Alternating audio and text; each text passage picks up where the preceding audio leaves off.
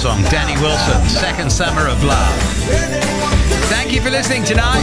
Thank you to my 80s guests, Martin Fry and Andy Davenport. Thank you to Johnny California and Simon Woolcott.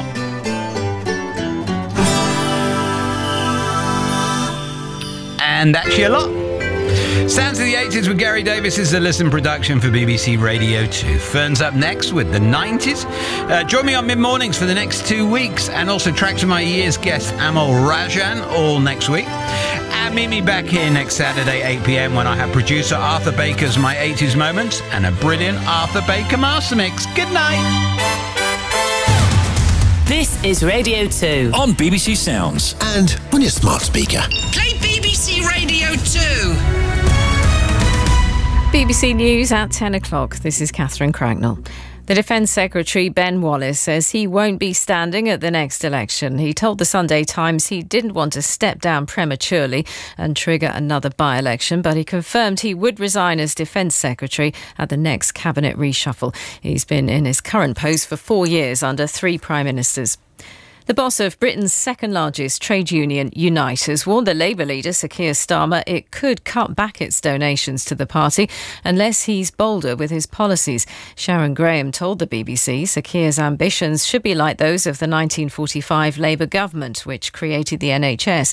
If not, she said, people wouldn't pay attention. This is not 1997.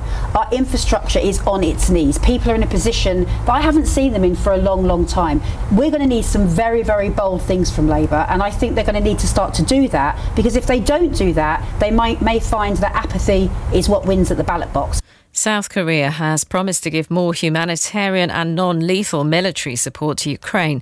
President Yoon Suk-yeol used a surprise visit to Kyiv to announce Seoul would be supplying bulletproof vests and helmets, but it has ruled out giving arms despite having one of the biggest stockpiles of ammunition in the world. Much of the Northern Hemisphere has been struggling with a heatwave. Several parts of southern Europe, the United States, Japan and China have experienced extremely high temperatures, with some records forecast to be broken in the coming days. But the Met Office's Honor Krizik says the intense heat hasn't been definitively linked to climate change yet. We do see periods of intense heat occur within natural weather patterns, but evidence is suggesting that globally these are becoming more frequent, more intense, and are lasting longer due to global warming. As of yet, there's not been an attribution study linking this specific spell of hot weather to climate change. A 24-year-old from the Czech Republic has stunned the world by becoming the first unseeded player ever to win the women's singles title at Wimbledon.